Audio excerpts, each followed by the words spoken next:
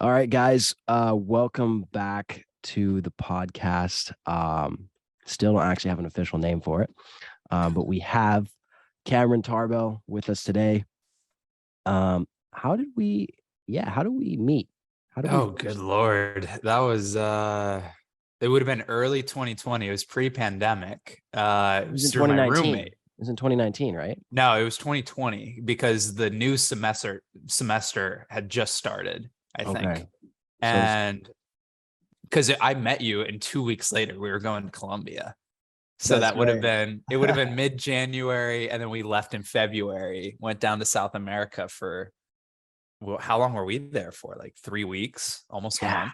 Right before And COVID, then we almost got trapped right before in COVID. Peru. Yeah.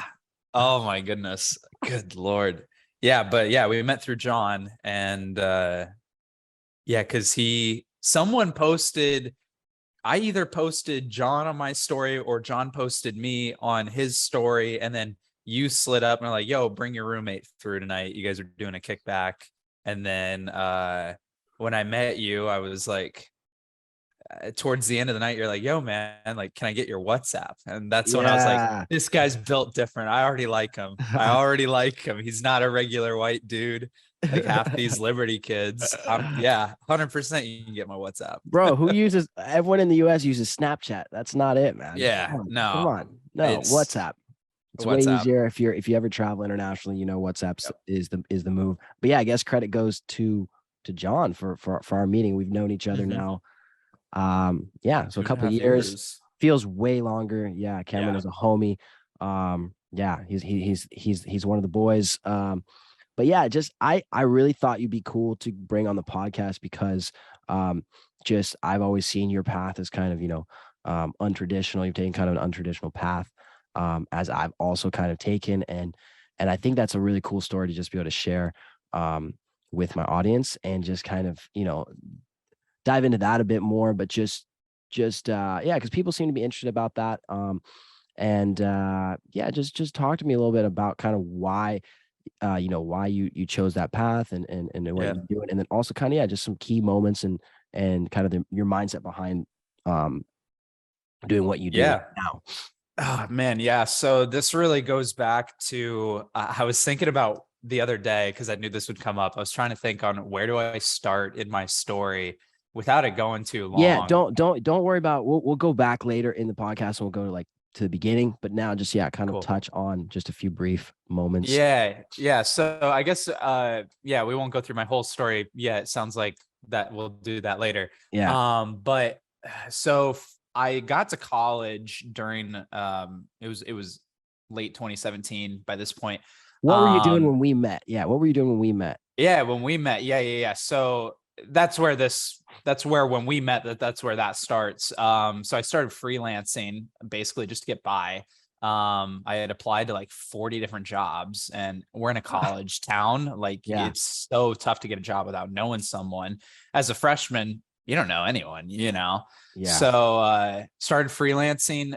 Fast forward to 2020 was really 2019, 2020 was when my web design agency really started to take off. I was making anywhere between like 7 and 10,000 a month, depending on the month. On the lowest months, I was making 5,000, which is more than enough to pay for my tuition. As a college kid, man, that's good. That's College great. kid. Yeah, you're Yeah. I mean, balling. you saw me, like, I just remember I haven't done this since, but I remember I needed cash for something right before we went to Columbia. I Yeah. remember going to an ATM and just pulling out like a grand cash, like on the spot. And I was like, I haven't done that since then. That's a good Man, I was feeling. really balling back then. And there was still money in the account, It wasn't like Yeah. I was taking everything out. Every other kid is Um, like just like has like $200 in their account, right. going You from know, class to class. Yeah, broke. class to class, hungover, broke. Exactly. Yeah. Or Yeah. living off of an allowance. How many kids have Yeah. allowances, man, in college? That's crazy. Yeah, so yeah, and I was primarily just doing web design, a little bit of SEO. Most of my money was from web design. And then yeah, that's when we met. And when we met, you remember I was looking for a business partner during that time. Yeah. I looked for about 6 months. And then helped co-found Numa Media. agency that I just left a few months ago. We scaled that from 3 people in the very beginning to like 33 in 2 years. I probably worked on more than 150 web design projects in that 2 years. Great experience, just left over some creative differences. And now I'm going for the three-peat in the agency world. I'm doing a third one, and it's going to be Yeah. even more successful than the first one. I do want to touch on that because I think it's it's a very good kind of story to share with people that like, first you started out freelancing, you worked your way up, built an amazing company. And then now you're back to freelancing again, which is kind of full circle. What was your first, first client that you ever had, like building a website for them? Who was the first client? Do you remember? So oh yeah, I remember. I snagged him off of a cold email when I was 14 years old, I think. What? Yeah, Okay. 14. Wow, dude, you started very young. And so here's the thing. I was 14, maybe 15, but either way. So this kind of goes back to the beginning of my story. I've always been a computer geek, but I was working at an amusement park when I turned 14. And in Iowa, as soon as you turn 14, you can go work, but there's not a lot of jobs that hire 14-year-olds, but there's this amusement park that did. And it's considered seasonal work, so they didn't even have to pay minimum wage. I was making like $6 an hour, and the minimum wage is like $7.50 or whatever. So, after taxes, it's just peanuts. I did that for a summer, and then during the winter, the park doesn't operate. And so I was trying to figure out how to make money in that off season. And my old little league, I used to play baseball when I was really young, and I noticed my little league had a terrible website. Emailed them, had 0 connections over there really. And See, that's what I'm trying to get. So what was that? Yeah. What was that first like thought in your head that said, let me just go ahead and email them to make their, well, you're 14, right? Like no Right. 14-year-old kids are building websites. So I mean, obviously it sounds like you need more money. So that was a motivation, but Right. what got you to email that first client? That's a tough question, because I wasn't sitting around at 14 years old Googling how to do cold calling, how to do cold emailing. It was just kind of like, what's the easiest way to get in contact with them? I was like, I could either call them or I could email them. And I don't think that there was a phone number on their website anyway. So I just sent an email. And by this point, I had sent emails to a few different companies, and I never heard, it's cold email. Like, it's the most discouraging thing in the world if you don't know what you're doing. And so I was like, well, I'll try them. And they replied like instantly. And they're like, yeah, come into our board meeting next week, present what you found wrong with our website, and we'll talk about moving forward. So it was really, I just chose cold email because it was the easiest and it was the cheapest thing. I was literally manually emailing. I wasn't using a software. And ended up snagging them for like, it wasn't a lot. It was like $600 or $700. But as a kid working $6 an hour, my mind was blown. I was like, I'm going to get this site done in 2 weeks and make what I would normally make in a month off one contract. So that's what opened up my world for sure. How was that feeling when you first got that cash from that first client? So I'll put it like this. The amusement park opened just after I finished that website, and I had just gotten paid from everything.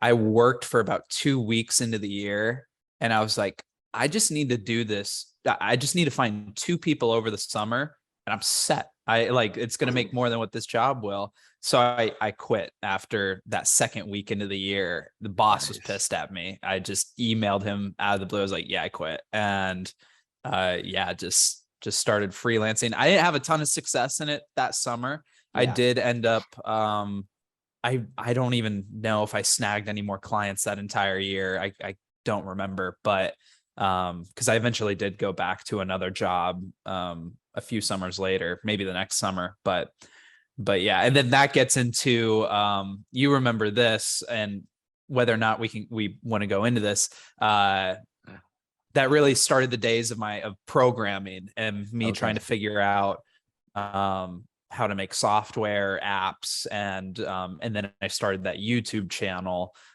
which we can go into that if you want. But Yeah, yeah, I think it's very, I think, yeah, I'm always super interested in very, like, I'm always excited to introduce Cameron to my friends because, yeah, he did start so young. There's something kind of addicting about, business, internet money. Most of you guys on here probably are interested in entrepreneurship of some sort. So that's why I do love to kind of talk about it and hear people's backgrounds. But yeah, it's very interesting that Cameron started super young. And I do want to kind of, yeah, touch on like how you got those skills early on, yeah, what kind of motivated you to, pursue, you started with kind of, yeah, programming and whatnot, yeah, and kind of talk to people about like if they are interested in doing something like this, from a younger age, like let's say in high school or whatever, what are some skills that they can kind of pursue even now, yeah, um, that they can market and that they can easily, get 1 to 2 clients and be able to, do this instead of, working a minimum wage job and doing whatever, right? In yeah, high school, they can actually do something easier. Maybe it's gonna be hard at first, but eventually it should, it's easier. They can have a few clients and be making good money and pursuing something that's not necessarily traditional, but yeah, it can make them good money when they're young, right? Because you started young. So right. what's some kind of advice you could give to some people on that?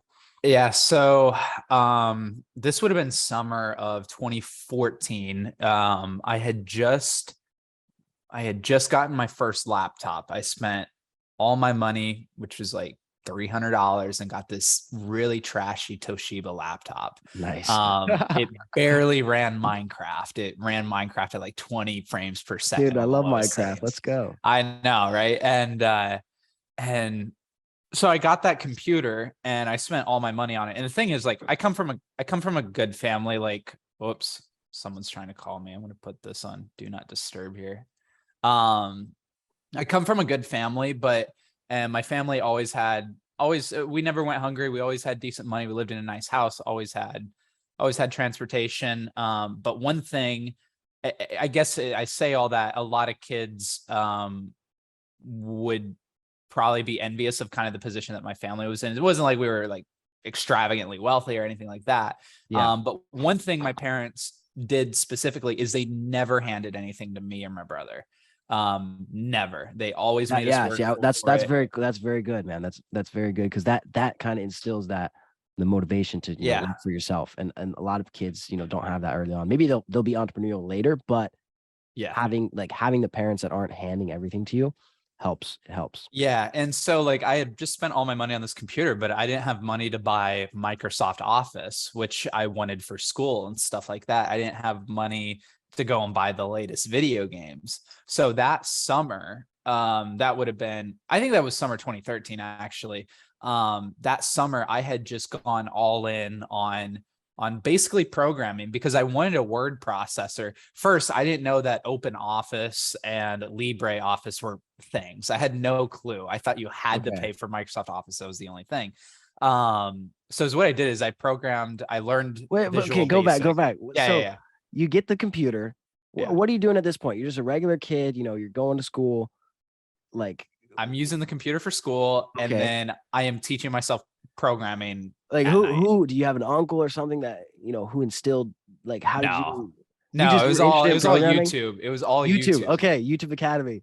Because the thing that got me is like I realized I couldn't afford the Microsoft software, but then I realized I could download their entire software development kit for free, and I was Yeah. like, wait, so I can get the tools to build my own word processor for free, and I could do it all for free. Yeah. And yeah, so that's kind of where that started. I built Nice. a word processor. I it could format different fonts. It could print. It wasn't pretty, but it worked, which was really cool. And my parents probably thought I had gone crazy because I'd get home from school and I just sit there and watch these YouTube videos about Visual Basic and was teaching myself about it. And I ended up Legend. taking I ended up taking a Visual Basic class at school like the next year. Okay. Just aced it. Like the stuff that they went into was like the most basic compared to what I was already Yeah, doing. you were like what, 14, 13? Yeah, I was 14. Yeah. Yeah. 12 to 13, 14. Yeah. Um, so yeah, I started dabbling in that. And then I got an iPhone that fall. And then at that point, and you iPhone have to 3? remember, Was it the It first? was a 4S at the Okay. time. This would have been 20. I think this was 2014. Yeah. So the 4S, the 5 was coming out. The 4S was like the old one that they You were never like, got the 3? The 3 was like the OG iPhone. no, I never had the I 3. had the Never had 3, the man. 3. I was balling. I Really? was balling at school with the 3, man. So Man. Yeah. No, I never had that. you got the Yeah, because 4. the 4S, yeah, because that was being that they were basically giving it away for free because the 5 was coming out, and the 5 had the bigger screen, and everyone was freaking out about that. Yeah. If I recall, no, it was the 5S that had the Touch ID. Either way, the 5 was a big year for iPhone. But throwback to when we first got internet, I was probably in second grade. I was like 11 years old. And this is really where my story starts. I remember getting internet. I get on my dad's computer and fire up Google, and I end up on YouTube. Okay. And, I'm looking around YouTube. Every kid knows what YouTube is. But my first thought, a lot of kids my age, their thought was, how do I become a content creator on YouTube? How do I start making videos on the platform? My first thought was, how do I make this platform? And I don't know why I thought that. And that's what started. I went to this kid that was 2 grades ahead of me in school, and he was a computer whiz. What was his name? His name was Travis Fincham. Shout out to Travis. Shout out Travis. He really started me down this path. I was like, how do I build a website? He's like, all right, We found here's the the real programming. Yeah. He's like, here's the programming languages you need, or you can use this builder called Wet Paint. And Wet Paint it was basically a wiki builder at the time. I don't think it exists anymore. I tried looking it up the other day. But yeah, I remember. So I built my first website on that when I was like 11. And really the nice thing about programming from such a young age is my parents were not strict in terms of like, you have to be home at this time. You have to do like, they weren't strict, but I went to a Christian school growing up, and Christian schools tend to be very strict on things. And yeah. by programming, my hands were clean of everything. Like I wasn't doing anything bad. Worst case scenario, I stayed up past my bedtime because You're I was not watching selling drugs on the streets, right, getting into trouble. Yeah, my conscience was just clean, like all the way through high school. I didn't do anything. Good kid coding in his room. My mom had to kick me out of the house a few times. She's like, are you going to the football game tonight? Like all your friends are gonna be there. I was like, nah, I'm doing this programming thing on. So you were a nerd, man. You were a full-fledged nerd. I really was. She's like, get your butt to the game. You're going. And okay, fine. And then I get home from the game, back to programming. But hey, but look at you now, man. That's nerds make it, man. That's you got to put your head down and grind sometimes. Yeah, man. you do. That's a very common. I've talked like a lot of other kind of entrepreneurs and people that are doing stuff now is like, yeah, they didn't have a lot of friends in high school. They were just kind of, head down, trying to figure themselves out, just grinding. And that's okay. I think a lot of people think that, that's especially, kids in high school, they think that's like the most important time. You got to be popular, but those kids, they'll be popular for, a couple of years, and then no one knows. In the real world hits. In the real world. Yeah. You forget about it, but cool. So you started you got your iPhone. You built that first website. And then I want to kind of touch on the language that you had to learn and that whole thing. And so if you can touch on a little bit, because that was super interesting. Yeah. So I get that iPhone, and I had learned how to design Windows programs. I designed a few simple games and some simple stuff. Probably one of the biggest things, though, before I touch on the iPhone channel stuff. Yeah. And before I touch on that, I was building software that I used myself. So for example, I would go to basketball games at my school, and I would stream the games online, and I would drive 2.5 hours with the team to go film these games, because then everyone back in Des Moines, they'd have a way to watch online. It'd get a lot of views, and I just enjoyed putting the stream together. But I always wanted, and this is kind of geeky, but like I always wanted a scoreboard to tell the score on the stream. Like it just made sense. That'd be dope. But every single software costs like $800 a year. And as a kid who had zero money for that, and then you also needed like all these graphic processors and all this jazz. And so I was like, all I need is a chroma key, and chroma key being, you know, like green screen, blue screen. And then I just need to put the graphic on top of that. And then I can put it live on the stream and it'll look like a scoreboard. It'll look very similar to these other $800 programs. So that's exactly what I did. I programmed a scoreboard. I put it on a blue background. And then in my encoding software for the stream, I just put it right there at the bottom. And I had the time, it had the points. I mean, it had the player information, all that jazz. And like, I did that just for myself, just make my life easier. It made other people's lives better. You know, they could see the score on the stream. I wasn't having to pan over at the scoreboard with the camera. So get the iPhone, and I want to start doing iOS apps. My first thought when I got the phone was, how does this work? How can I work with it? And everything I read at that time was, you have to have a Mac in order to design iPhone apps. I don't think that's the case anymore, last I looked, but you had to. Xcode was really the only option out there.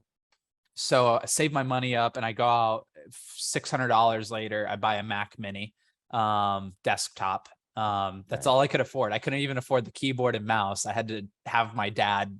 I think I stole a keyboard and mouse from him and just hooked it up. But then I started doing Xcode and had a blast with that. And then I think it was summer 2014 at this point. I remember the World Cup was going on. I was watching the World Cup. Yes. And at the same time, the Worldwide Developer Conference for Apple was going on. And they introduced a new programming language called Swift.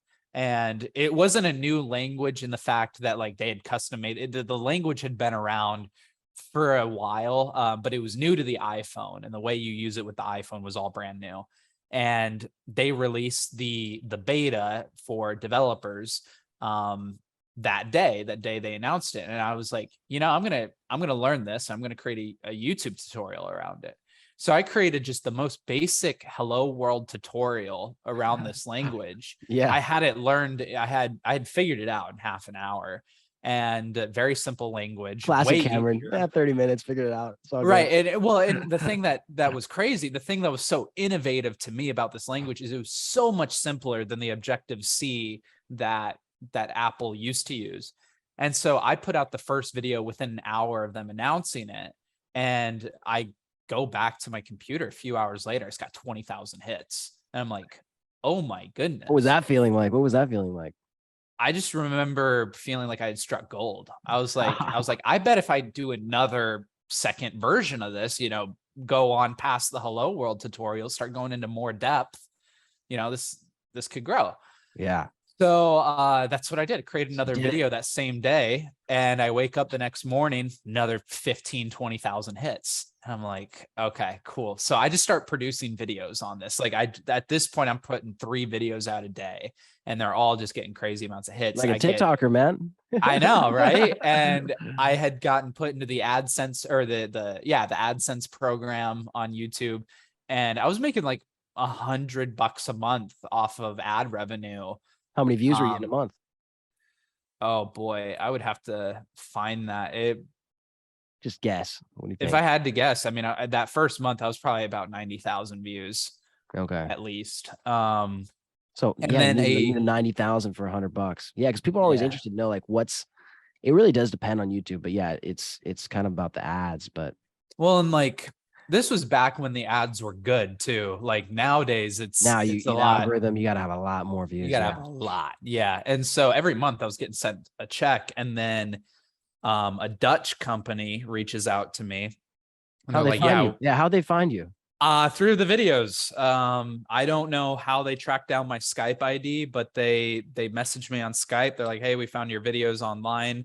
Can you come over to our channel and produce on here?" And they paid me a little bit for that.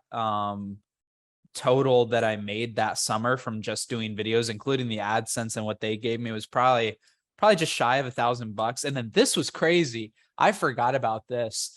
I actually got asked to go speak at a developer conference in London that summer because of the videos that I had produced. And I literally emailed them back, and I was like, you realize I'm 15 years I old, have no right? money to fly to Like I London.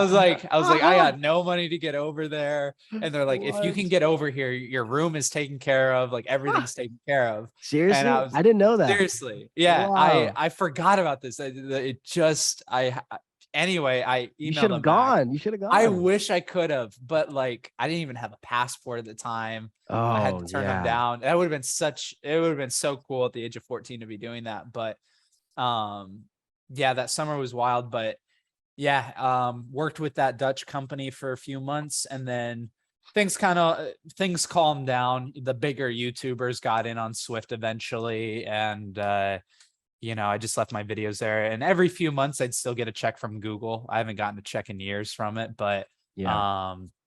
yeah. So as a kid, to make $100 randomly from Google every few months always felt good. But That's dude, yeah. that is super. Yeah, it's super wild. I do want to kind of touch on, obviously people kind of know I grew up in West Africa, so I came from I lived in a lot of different places.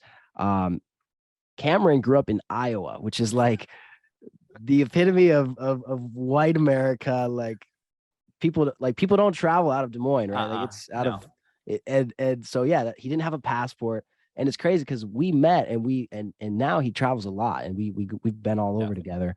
Had some cool adventures. We could definitely get into Oh man, those, yeah. but We have to. I'm curious. Yeah, like so you got the so it's kind of funny because I think this Dutch company was the first kind of thing that motivated you.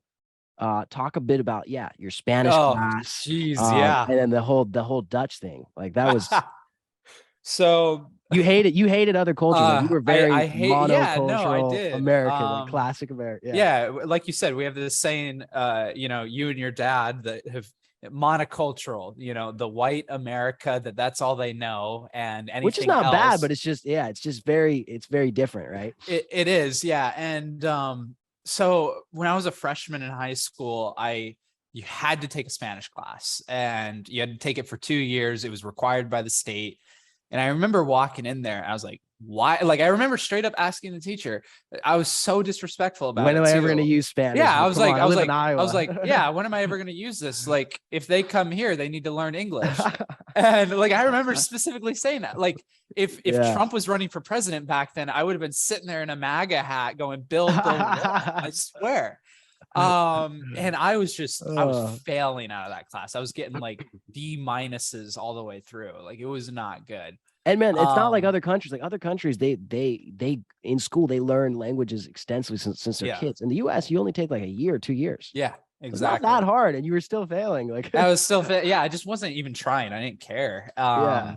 So then into my sophomore year, I started working with that Dutch company, and we'd be in this group Skype thing and in this text channel, and they would speak to me in English, and then they would speak to each other in Dutch. And I remember just like looking at it, I was like, what is this? And I wanted to be able to read what was going on. So I downloaded, there was an app. It was before Duolingo. It was called Memrise. And it was an open source language learning app. Anyone could upload a language and it would teach you vocab words. So I downloaded that, and like I'd grind on that for like an hour a day and just learning these random Dutch words. And after about a month and a half of doing that, I was able to read a good chunk of what they were saying. And most of it was just business stuff.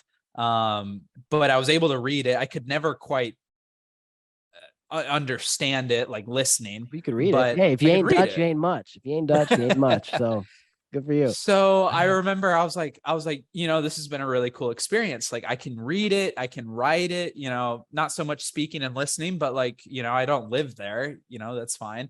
I was like, maybe, is there a second language I can learn in the US, And then I sat in my chair and I was like, crap. I was like, it's Spanish, isn't it? So the irony. The irony, it came back and just slapped me on the back of the head. I remember walking in. It was probably one of the first days. Yeah, you went back to class after the summer. Class. Yep. And what did you say to the teacher? I walk in and I apologized to the teacher. And I was like, look, I know I was hard to deal with last year. I want to put in a little bit more of an effort. I kind of explained the story over the summer, and she's like, all right, let's Went from the back row to the front row. exactly. Yeah. And I think I was never an A student, but I was passing with B's in Spanish class. And yeah, that kind of started that journey. And I ended up doing I think I did 4 years of Spanish class all the way through. You only needed 2, but I did all 4 and had a blast with it. And So now he speaks fluent Spanish. I wish. I'm not fluent, but I can get by. Yeah, bro, you're good. You're good. And then yeah, so then what so that kind of inspired you to learn Spanish. Yeah. As well as you used to work at a Best Buy, right? Yeah, yeah. Yeah, so I started working at Best Buy. It would have been my junior year of high school. And one thing that happened while we were there, there's like 5 Best Buys in Des Moines. And the South Side Best Buy closed down, and the South Side is where like all the Latinos live in Des Moines. And the nearest, they would get all their prepaid phones from that Best Buy. It closed down. They start coming to our Best Buy, and all of a sudden there's all these people that only speak Spanish, and we only had one employee that fluently spoke Spanish. And it was basically, yeah, he was the only one to help. And so is what I did that summer. I had a buddy that was in Des Moines from Peru, a missionary friend. He was there for a year actually, and we hung out that entire year. And then he left to go to Peru early that spring. And so I told him, we were sitting on his front lawn one day, and I look at plane tickets, and they're like $800 round trip to Peru. You don't even have a passport though. I had just, yeah, no, I didn't have a passport yet. And so I was looking at going. Guys, for the if you don't next have a summer. passport, get a passport ASAP. Get a passport. You need a Get it. passport. You need it. You just the need it. world is too big and life's too short, and Yeah, there's so much you got to see. So I worked at that Best Buy. And then I went down to Peru for 5 weeks. Later, this would have been going into my senior year of high school at this point. Take a break from Best Buy. I get back from Peru. I wasn't first time. Was that your first time? Was that your first time out of the US? It would have been like my second time. I had been to Mexico before they required passports, but I was young. Like I wasn't going there for a cultural experience. I was going there because my mom wanted to buy cheap things. But yeah, Peru was a culture shock. I could not understand the accent. I could not understand the Spanish. It was the first time being immersed entirely in a new language, which was tough, but I did learn a few things. So I get back, I made a lot of friends over that 5 weeks. I go back to Best Buy, and all of a sudden I'm not fluent by any means. I am struggling to get words out, but I am able to at least communicate with these guys. That one guy that spoke Spanish, he wasn't always working. Sometimes it was just on me. These guys would come in, they need a prepaid phone, they had questions, and I'd be able to help them out with a little bit of effort. And that was really cool. That was like the first time where I was like, wow, I'm speaking Spanish in my own country. I'm helping people out. Which was really How many times you been to Peru? Oh, good Lord. Here's the thing. I lost track because they stopped stamping passports at the beginning of COVID. I've been there like 3 or 4 times since COVID at this point. You took me to Peru my first time, so that was that was cool. I mean, it's got to be a dozen times at this point. And that doesn't include, we went to Colombia. Yeah, we did go to Colombia as well, which was Spanish speaking. And bro, you dated a Peruvian for a while. Yeah. Can we talk about that? From a high level, I prefer not to go into it too much. Yeah, how did that happen? Dating international, bro. Well, met her through your place, really, and through some of your friends. So it all leads back to me.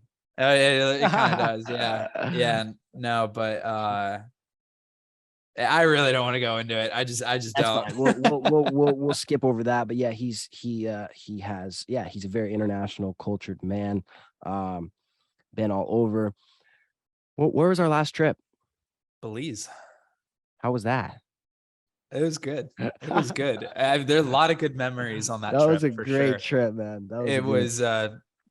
I had basically just come off a breakup while we were there, which was kind of painful, but looking back at the memories, like it was exactly what I needed, like when we did that. So I'm trying Super to spontaneous, man. I super think he called spontaneous. me. We hadn't talked in a little bit. And I was like, he's like, dude, I want to see you. I'm like, bro, I'm going to Belize. Fly out with me. And he bought a You were ticket. literally like, it was like Wednesday, and you were like, I'm yeah, I'm leaving going to Belize Friday, on Saturday. I think it was, yeah, it was Friday or Saturday. Saturday.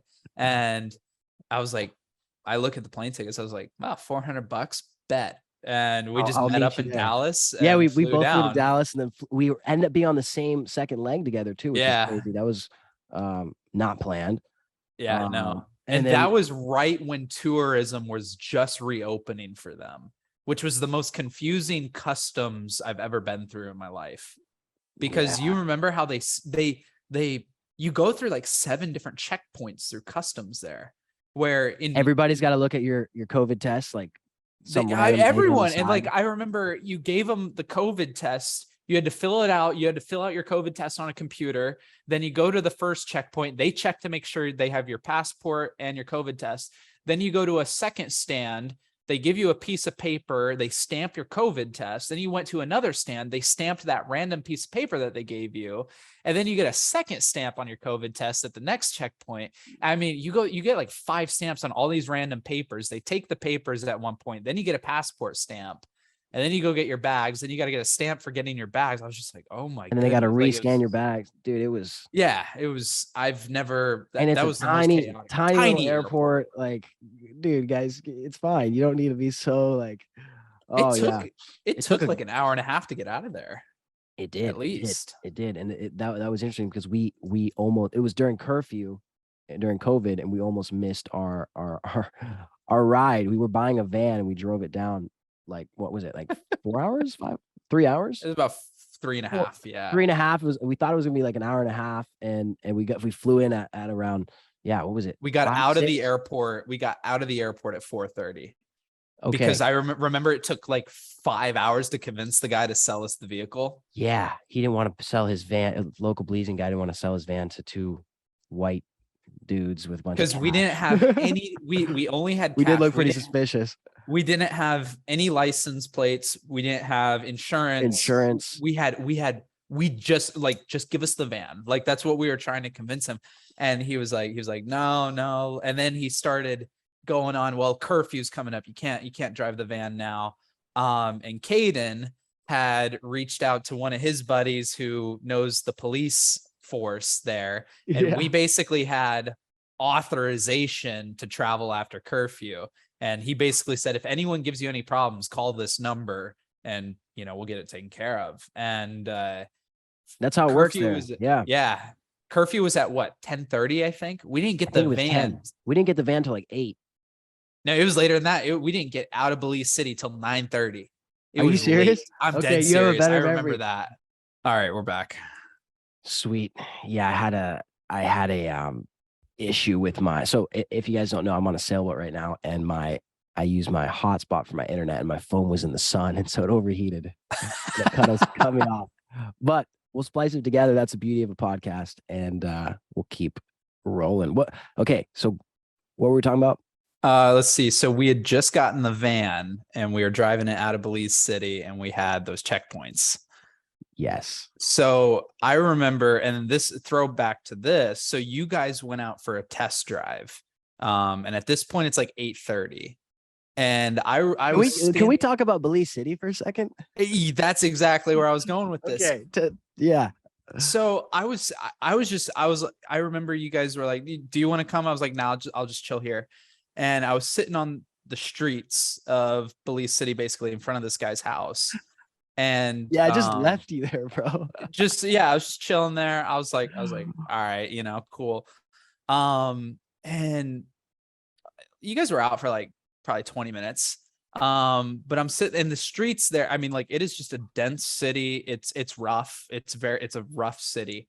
Rough is a nice word. That's a very nice I think word. per capita, it has the most homicides in the Americas, period. Yeah. And I remember sitting there and hearing a gunshot, like 2 gunshots, 2 or 3. Okay. Now can I tell my side of the story? So yeah, hold on. And so Okay. I remember sitting there and I was like, that sounds about on brand considering what I've read about this place. I was like, I'm going to go to the backyard and just chill there and get off the streets. And yeah, that was my that's all that happened to me. I just heard gunshots. I was like, okay, and then go. I'm in the van. He didn't let me drive it. I'm like, I'm not gonna drive this. It's a manual van. I'm not gonna drive it unless I can at least see it in third, fourth gear. I want to see if this thing actually runs. He's like, oh, it will run, but let me drive it. I was like, okay. So we're driving. He's in second. I'm like, come on, go to third, go to fourth. He's like, no, got to take it easy. She's old, right? I'm like, okay, I understand. And we're cruising by this road, and I look down and I just see people running like under cars, and I was like, what's down that road? He's like, oh, that was probably just a shooting. I was like, what? He's like, yeah, it happens all the time. I'm like, he's like, we better take the next road. I'm like, bro, there was literally a shooting on that road like as we were passing. So that was probably the gunshots that you And heard. then I remember when we were leaving the city, there's police everywhere around that area. We tried to avoid it, and because there's cops I everywhere literally saw there. people were running and they jumped under some cars. And anyways, yeah, that was so I bring it back. Okay, it runs, it's decent. Okay, will you sell it to us? No. So we end up calling, my friend Caden, who we were down there visiting. He was in the South. And so he wrote up some paperwork for us, sent it over. We had that. We finally convinced him to give us the van. And then he let us out of town. And by this point, there's half an hour before curfew, this dreaded curfew that we kept hearing and about. You get what happens if you get caught after curfew? I don't think Put we in ever prison. I think it was like a night in jail and like a fine at least. And they had those police checkpoints, which is what we were kind of worried about. So we get out of those first few checkpoints. This is where we left off, and then the very last checkpoint, because like there was one checkpoint we went through, and they're like, where are you going? And you just looked at the sign. We're like, oh, we're going to Belmopan, which is the nearest. No, because there was no internet, man. We didn't have internet. Yeah, we didn't have internet. So you were smart enough while we were still at the airport to load the route, and that's when we found out. Oh, it's 3.5 hours. It's not an hour and a half. Okay, we're gonna need a little more time. And then you had it on your phone, and I looked over, and you kind of just scrolled up, and it happened to load, and I saw Belmopan, and I was like, I don't want to say Placencia because that was like a good 3 hours. 3 hours. So I chose Belmopan. It was like 30 minutes ahead of us or 20 minutes. Yeah, and the guy was like, "Oh, okay, cool, you guys are fine," and like waved us through. Which never happens. They always look at the insurance every time. We went through several checkpoints, no problems, but then we get to this last checkpoint and curfew is right upon us. Like we had just passed Belmopan, and instantly they flag us down, and they just put these checkpoints in the middle of the road. There's no avoiding them. And dude, this thing's brakes were not working. Oh, the brakes were miserable. So I'd push the brakes and the thing would slide. It didn't help. The tires were just shot too. Like the brakes were shot, the tires were shot, and the speed humps. Oh my god! Yeah, we went over a few speed humps at like 70 miles an hour. 6-foot speed humps. Yeah. So you were sleeping, and I hit one of them, and you went flying. Oh yeah, we'd go flying. Hit the roof. Yeah. So, but we get to this last checkpoint, and curfew is 5 minutes, and they surround the car. There's like 6 of them. They're looking at everything. The guy, the insurance tag is right on the passenger side windshield, and he looks at the insurance tag and he goes, "This is expired." And the head guy that's in your window, he's there. He's like, "So you got no insurance, your plates are expired. Like I need you guys to step out of the vehicle." And I remember, dude, we look so suspicious. 2 white young dudes in Belize, like just bought a van, like that type of stuff. Like, that's you're probably we look like we're running drugs. Like narco or something. Yeah, dude. Like, yeah. So we step out, they inspect the van, they inspect our bags. That's all we had in it was our bags, which had nothing but clothes in them. And they're like, you guys have nothing documenting this, and and curfew's right here. Like we're probably gonna have to take you down to the station tonight. And I remember right before we left, you had me we both stuffed like $1,000 in our underpants. That's right. Yeah, I was like, let's split the money, so in case one of us gets searched, because I'd been living in Mexico before that and had some other similar run-ins with cartel and whatnot, and some police, and it's how you have to do it. So we're thinking ahead. And what happened? And so he's like, yeah, we're gonna have to run down. And the thing that Caden had been telling us, he's like, give the bribe first. Don't don't name drop this guy unless you really need to. And I didn't really want to give bribes. Like I didn't, because we growing up in West Africa, we never gave bribes, even because I mean it feeds to the problem, right? Yeah. So we had a lot of things working against us. There's like 3 charges that they could get us. They could get us for the curfew, the insurance, the plates. Our bill of sale was trash. We just wrote it on paper. It was just written on a piece of paper, basically. And so I remember you were like, we know so and so, and we have authorization from him to be doing this. And they're like, you want to say, we don't want to say his name, probably. Yeah, I'm not gonna say his name, but we'll just say he's high up in the Belizean police. Yeah. And so he's like, oh, you have authorization from him? And yeah. And like, all right. We showed him the letter. We showed him the letter that Caden had sent us. Yep.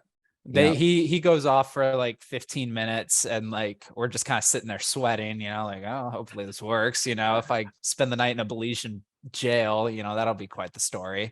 And he comes back. He's like, all right, it's cleared. You're good to go. You're not going to have any problems between here. And I hear you're going to Belmopan, which was a good 2.5 hours from where we were. No, Placencia, because we already passed Placencia. And he was fine with us going all the way to Placencia. Yeah, so. He's like, you guys won't run into any more checkpoints. Like at that point, it was so funny. We name dropped that, and all of a sudden they're like, do you need help with anything? Do you need where are you staying? You need right, exactly, right, and yeah, and then we were on our way. But I just remember sitting there. I was like, wow. How am I going to explain to my mom that I'm in a Belizean jail? and no, dude. And then so we continue on, and it started raining, and the windshield wipers didn't work. And so I was sticking my head out the side window driving. Like that whole situation was just, it was wild. And then we hit several of those speed humps at 70 miles an hour. I remember at one point, I thought for sure we were going off the road. We hit it and we were just completely airborne, and somehow you regained control. I mean, and they just can't, sometimes they weren't marked. They just pop up out of nowhere. And they're not like just speed bumps. They're like entire plates, like giant tables. Yeah, like 6 foot, 4 foot. Yeah. Maybe. Like they were big. They're big. And we don't have great brakes. There was one time I remember we didn't have tires, so the thing was sliding. Yeah, when I was braking. But we made it. We made it to. We had a good time in Belize. So we actually. So why did we go down to Belize? What's the enticing thing about Belize? Oh well, I don't know. I just went with you because you're like, yeah, let's go. And I was like, okay. All right. Yeah. So that was my second time down there. Because it's considered kind of like a tax haven. So it's very good for Americans, Canadians, because you can live there a year, get your residency. You can only leave 14 days. And then you invest 250 grand into the economy, buy a house, and you have residency down there, and you can pay 0% taxes, which is crazy. And I was down there previously the last year with my uncle and dad. My uncle had some land down there that he's developing, and then our buddy Caden, I talked with him about it, and then he was down there since January, so he'd been down there for a couple months at the time. I think he's still down there now. So we were just kind of exploring Belize, looking into this, both of us being kind of internet and based. Then so what's crazy, so if you stay down there a year, you don't have to invest the $250,000 into real estate. It's just you stay a year. You just stay a year, and they'll give you the residency. And then once you have the residency for what is it, like 2, maybe it's 5 years. 5 years you get a passport. You can get a citizenship, which you don't really need because you already have residency. Well, right, but like then at that point you get the passport, and the passport's not terrible. It gets you into the EU. It gets you into a good chunk of the world. It'd be a good second passport to have. And once you have the residency, you don't have to be there. Like, I think you just go down for a few weeks. You only have to be down there. Yeah. A couple weeks a year. You could come live back in the US, wherever. So I what can't was imagine. what Yeah. was the 250 grand then? There was something. There's another investment thing where if you invest just 250 grand, you stay like a month, like they'll give you the residency. I think, and it might be less than that. It might be just 100,000 or something like that. But 150. But yeah, yeah, it's guys, it's if you're you're making some good money, you're an entrepreneur, I would look into Belize, or I mean there's some other Caribbean islands and whatnot, but yeah. Belize is known as like it's got the quotes, the last It's great like the tax haven. final, yeah, it's like The the final final tax last haven. great, I forget last great tax haven. Yeah. As well as there's an island in the Pacific as well, but who wants to Yeah, fly and out like there? that's I've researched it a little bit. Like Belize truly basically is the last tax haven because you can go to like the United Arab Emirates and basically pay 0% tax, but you're never going to get permanent residency, let alone citizenship there. You can't unless if you're born You have there an as a American Muslim. LLC and then you Right. have a holding company. Yeah. So I mean, not that it's the final place you can go, because I mean, I'd check out Dubai like 100%. Dubai But is like also, yeah, Dubai is another good. I mean, it's city, it's stuff's happening. Belize is you're on like a little island it's the out middle there. of nowhere. And Like it's yeah, can we talk about that? It's like it's very eerie. it It's a was very eerie eerie. Like spot. there was nothing, the only time that I ever saw life is when we went downtown Placencia one night, and it was a Friday night, and it just happens to be that things were popping. And that was the first time I actually legitimately saw people. Everything else was so eerily quiet, Yeah. and it it didn't feel real in a lot of ways. I mean, it felt like you were on free play in a video game and there's no It NPCs. felt like everyone was in it was in a like yeah, in a simulation. It was Yeah, it felt crazy. like a simulation. And yeah, only when we went downtown that one weekend was there life, it felt like. But in the roads, even when we drove during the day, there's just zero people on the roads. There, I No, mean, well, I mean, I love Belize. It's a beautiful country. You yeah. have to visit. I mean, a lot of cruises go down there and whatnot. But Yep. yeah, it's super cool. If you're a business, business Yeah. builder, entrepreneur, you can go down there and just grind and just really get away. Yeah, It's a nice if you like place. quiet places, if you like quiet places and you want to build a business, like go for it 100%. If you want something with a little bit more life, I think I would rather suck it up and pay the taxes and move somewhere else. Where stuff's happening. Because like I don't think the networking scene down there would be phenomenal. Yeah. Like you'd have to be doing a pure online business for it to really make sense. Because like you can go, and the other thing that shocked me about Belize is like the GDP per capita is like $5,000 a year. Like it's low, and because you can go to Mexico's much more developed than Belize. Mexico's nice. Yeah. If you guys are interested in like, yeah, we've been a few different places. Do want to check out, Cameron's the expert in Peru. Want to check out Yeah. Colombia more. We were there briefly, but yeah, I want to check out like Medellin and some other spots. Dude, I'm dying to go down to Medellin. I was Argentina. literally just talking about Argentina too. Yeah. Brazil. I went to Brazil in October. You were just there recently too. Yeah, in March. I was there in March. Brazil's beautiful. Gorgeous. Yeah, it's awesome. It's so cool. I've decided I'm gonna go down there every year now. Like it's really thing. Yeah. I'm thinking about. I need to get back down there. I'm debating whether or not I want to do that next month and go see John and Tony, but at the same time, I don't want to drop $1,000 on a plane ticket yet. Now's not the time to travel, man. With COVID and everything, inflation, overpriced, it's crazy. inflation, going into recession. Overpriced. Yeah, it's not. Yeah, what do you think about this recession coming up? What are your thoughts? I mean, yeah, I was talking with my grandfather about this a few weeks ago. He grew up.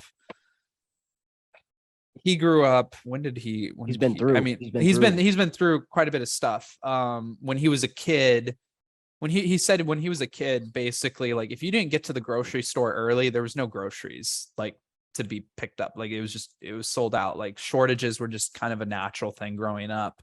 And then again in the 70s, he lived through the 70s and grew his business during then. And in the 70s, I mean, that was a long recession. And there high inflation, high interest rates. And he lived through that. And he was telling me the other day, he's like, yeah, the signs that we have right now, it's pointing towards kind of that type of recession, definitely something a little bit longer. I think that there's some optimism that things are possibly getting better. I was talking to some other friends last night. The chip shortage is driving a lot of this. That's starting, they're hoping by the end of the year, early next year, that'll be cleared up. But there's still just such a shortage of other things, like a lot of logistics, like there's supply chain issues just because there's labor shortages. And until I think that is what this is going to do, is this is really going to push automation. It wouldn't shock me if we start seeing driverless trucks on the road over the next few years. I mean, like, because there's no more, everyone's employed right now, basically. Like, even though some people are getting laid off, there's a lot of jobs out there. I mean, if you want to go this is what's crazy. You can go be a truck driver for Walmart and start at $130,000 a year. Dude, truck drivers. I have another buddy that I want to get on this podcast. He's killing it in the truck driving game. He's a truck driver and he runs a couple other routes, and the man's making more than a doctor makes. Crazy. Yeah, it's driving trucks. Just driving trucks. I mean, you can go get a CDL, and I mean, it's not a very attractive profession. The fact that you're on the road and you're gone. Yeah, you're just like, driving. So it's but you make good money. I was shocked when he told me.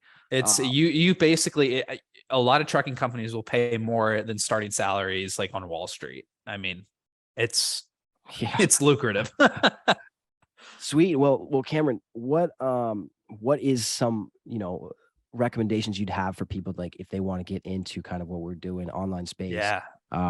What's one of the highest value skills that you see in, maybe web design, whether it's, copywriting, et cetera, that, some people would be able to pursue, or something you'd recommend? And then, how's everything going for you now? You're freelancing. So let's go through real quick. So I touched on this earlier.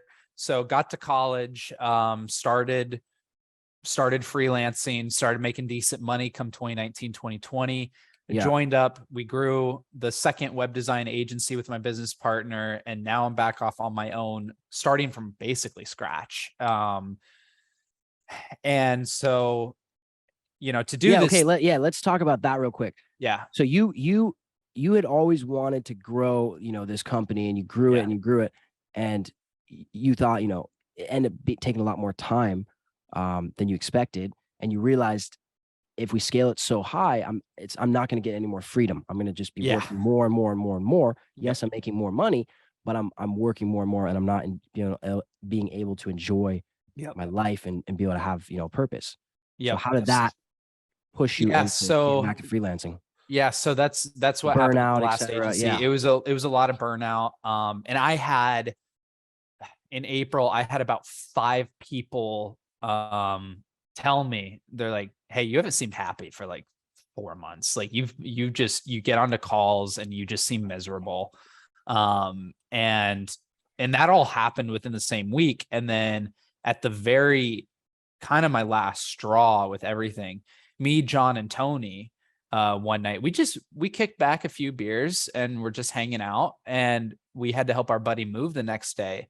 And I felt hungover, and I was sitting there in the car driving. I was like, John, I think I'm hungover. He's like, no way, man. You had 2 beers. Like, Cameron is notoriously a lightweight, but still.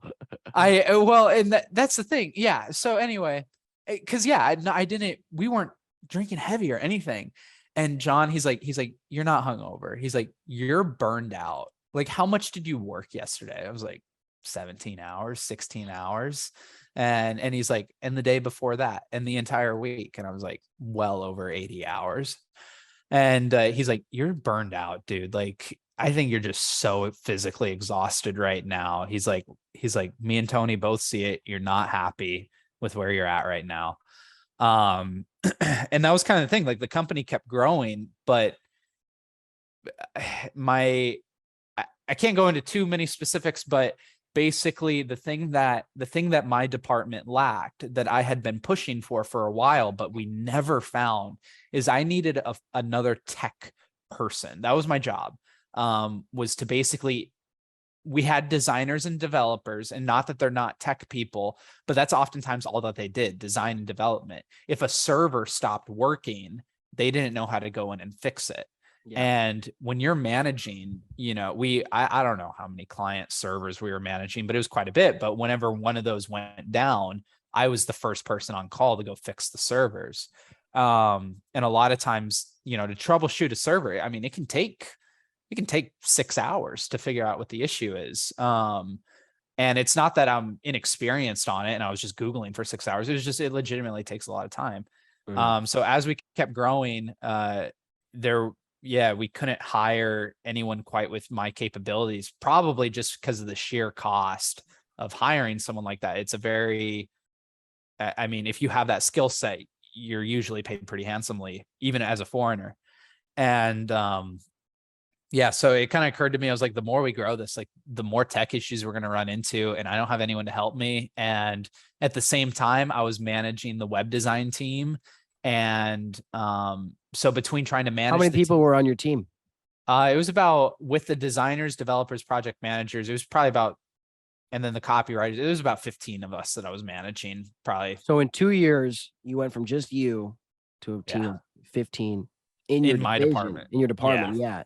Entire company was how many people? 30 something. 30 people. Okay. Yeah, 30. It hovered between 30 and 33 at any given moment, usually. So, so that was kind of the realization. I was like, I'm, the company's making a lot of money. I was like, however, with the amount of hours that I'm working, even with my shares in the company, I knew I could go off on my own and just start making more right out of the gate, and work less, really. I told myself when I left, I was like, my dream is I want to work a 30-hour work week, maybe a 4-day work week. That's how I want my team to work. I don't want us to kill ourselves on projects. And that was kind of the thing when we started the company. And maybe this is a fault of my own, but my business partner, sales guy, me, tech guy, which, by the way, is a very dangerous combo to have. Like, if you start an agency like that, you are golden. You're going to be able to scale very quickly. But at the same time, there was a separation between the two, a separation of church and state, basically. So the sales department was just out closing deals. I'd wake up on Monday and there's 5 new projects that just came on. I was like, I'm not sure if we can handle these, they're not communicating with you. Yeah, there's just, and there was such a push, I guess culturally more than anything, of growth at all costs. We'll cross the bridges as the hiccups come. But also at the same time, if my department's not getting the funding to fix those hiccups, it became tricky to grow sustainably. We had a killer sales team. Sales team's amazing over there. But it was very tough on the fulfillment side. So that's when I started off on my own. I took about a month off after I quit in April. And then I really started. You kind of resigned. I resigned. Yep, I resigned. You understood. From the company. I'm burnt out. I need to just get back to what I love, which is just making websites. Yep. Freelancing. You were making good cash back in 2019. I was making great cash. Yeah, and like, I got greedy more than anything. And if I would have just stuck with that, like, I would probably be in a much happier position now than what I was with the second agency. And so I got on a call the other day with an old coworker from the agency, and his first words were, "Oh my goodness, man, you look happy again." And like, that was kind of when it kind of came full circle. And I was like, really, what makes you say that? He's like, you just look weightless. Like, you're smiling. Like, I haven't seen the side of you in months. And that was a good feeling. But so back to the original question of what does someone, how does someone get into this? How does someone get into the internet world of things? So first you got to learn a skill. You have to, whether that's, and in terms of skills that are valuable, copywriting is becoming much bigger now. Sales copy, if you can learn if you're a good writer, go into sales copy. There's a lot of companies that need that. A lot of agencies that you can partner with. If you like code, they need developers, they need back-end developers. If you want to make a lot of money, go be a software, go go work in software. A lot of money in that. And web design in of itself, it has a lot of money in it. If you're doing it right, but there's a million ways to make money is what I'm saying. The big thing, if you want to go off entirely on your own, you don't want to partner with another agency, you don't want to get hired by another agency, you just want to go off on your own, Be a freelancer. At that point, you really have a few options. Go get yourself on some freelancing sites like Upwork. A lot of people overlook that. Me, myself, when I first started, I got my first 5 clients off Upwork, really. And I'm not a huge fan of Upwork just because a lot of times, if you don't know what you're doing, it's a race to the bottom price, because developers and designers are a commodity on there. Mm-hmm. But there is some gold on there. There really is. The next thing is outreach. Go do cold email, go contact companies, go cold call. I have one buddy. I taught him WordPress a few years ago.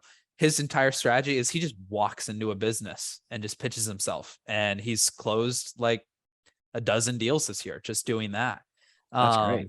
If you like doing sales like that, like find a way that works for you. But yeah, I guess yeah. first point is develop a high value skill, right? Yeah. Like you mentioned, copy. If you're interested in writing copy, for example, DM me the word copy. I do have a training that I can put you guys in contact with for that. If you're interested in advertising, that's what I do. If you're interested in obviously web design, hit up Cameron. He is the OG. He's the man for the website. So if where can people find you if they need help with websites? Yeah. So find me on LinkedIn. LinkedIn's probably the place that you'll find me, just Cameron Tarbell. It says I make websites on my tagline.